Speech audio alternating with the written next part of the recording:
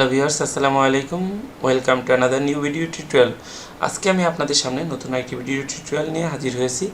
আজকে আমি আপনাদেরকে দেখাবো আমরা আমাদের কম্পিউটারে কিভাবে পাসওয়ার্ড দিতে পারি। সাধারণত আমরা আমাদের কম্পিউটারটাকে সিকিউর রাখার জন্য পাসওয়ার্ড ব্যবহার করি। হঠাৎ অপরিচিত কেউ আমার কম্পিউটার ইউজ করতে না পারে।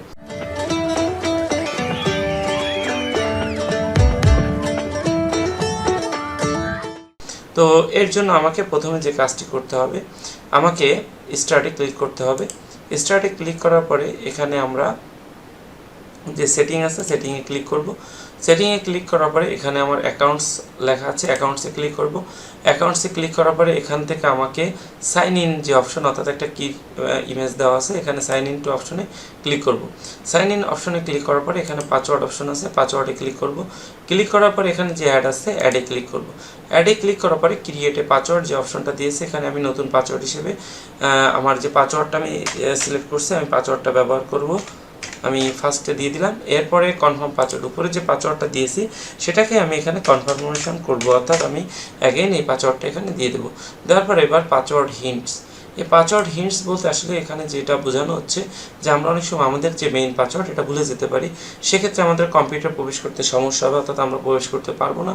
তো এর জন্য তখন আমরা পাসওয়ার্ড হিন্টের সাহায্য নিতে পারি, এবং পাসওয়ার্ড হিন্টে সবসময় আমরা এমন একটা পাসওয়ার্ড ব্যবহার করব যাতে সেটা আমরা সবসময় ব্যবহার করি, মানে মনে রাখতে পারি। তো এখানে আমি পাসওয়ার্ড হিন্ট হিসেবে আমি ব্যবহার করতেছি আমার মোবাইল ফোনের প্রথম যে পাঁচটা ডিজিট আমি ব্যবহার করতেছি। করার পরে এবার নেক্সট বাটনে ক্লিক করব। করার পরে এবার আমি কি করব, ফিনিশ বাটনে ক্লিক করব। তো ফিনিশ বাটনে ক্লিক করার সাথে সাথে কিন্তু আমার পাসওয়ার্ডটা কি হয়ে গেছে, ক্রিয়েট হয়ে গেছে, অর্থাৎ আমার এখন কম্পিউটারে কিন্তু পাসওয়ার্ড ছাড়া কেউ প্রবেশ করতে পারবে না। তো এটা হচ্ছে একটা আমরা সাধারণত সেটিং থেকে করব। এছাড়া আমরা সরাসরি এই যে আমরা টাস্ক বারে যে সার্চ বাটন আছে, এই সার্চ বাটনে ক্লিক করে আমরা এখানে সাইন ইন অপশন যেটা আছে, ঠিক আছে, সাইন ইন কি অপশন, এই সাইন ইন অপশন ব্যবহার অর্থাৎ লিখে আমরা এখান থেকে সরাসরি কোথায় যেতে পারবো, পাসওয়ার্ডে যেতে পারবো। আমরা এখানে সার্চ বাটন লিখেও কিন্তু সরাসরি যেতে পারবো, আমরা সেটিং থেকে যদি না যেতে পারি, ঠিক আছে।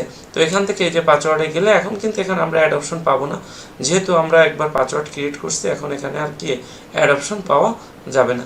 তো আশা করি ভিডিও দেখে আপনারা সহজেই আপনাদের কম্পিউটারে পাসওয়ার্ড ক্রিয়েট করতে পারবেন। আমার ভিডিওটি যদি আপনাদের ভালো লাগে অবশ্যই আমার চ্যানেলটিকে সাবস্ক্রাইব করবেন এবং লাইক এবং কমেন্ট করতে ভুলবেন না। সবাই ভালো থাকবেন, সুস্থ থাকেন, ধন্যবাদ।